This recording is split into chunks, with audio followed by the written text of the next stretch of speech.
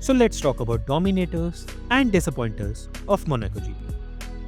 The race didn't disappoint as boredom was expected from it and it delivered.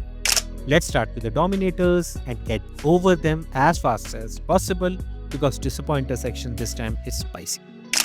So Norris is here. Despite his lockup, he managed the race well and he was patient when he was behind Max. I need to put VCARB here as they played the team game perfectly and both drivers scored. Ocon scored, so he also deserves to be here. McLaren and Ferrari scored big points here and didn't have too much of strategy fumble. So McLaren, good work. And Ferrari, glad to see you in the dominators. Now let's move to the disappointer here and I will start with Mercedes. Bad qualifying and Russell's stunt on cutting corners and taking penalty instead of giving the place back is wrong on so many levels. They end up out of points and a bad weekend for them. Pains me to put Alonso here, but he's here. He was working fine and holding position of P6, and I saw after his first pit stop, he wasn't gaining on Hamilton despite being in free air, and few laps later, we saw the power issue. It is sad to say that Stroll has more points than Alonso, and Alonso is yet to score. Has he lost his edge? Or Aston is sabotaging him? I really don't know. But this is a terrible season for him till now. Biggest loser, Monaco. Why the hell this track is still on calendar? Historic value? No.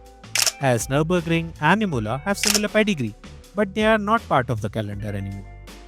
The track is dangerous and boring at the same time, which is a rare feat.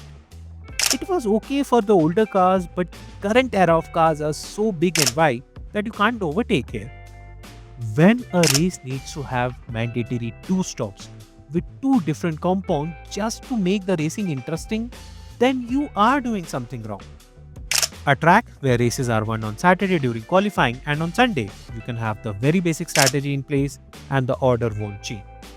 If someone argues F1 is not a money game, show them this track and ask why it exists on the calendar.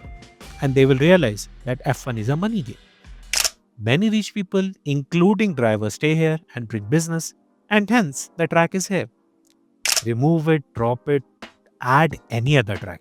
Hell, even Vietnam track will do, but it has to be something else other than Monaco.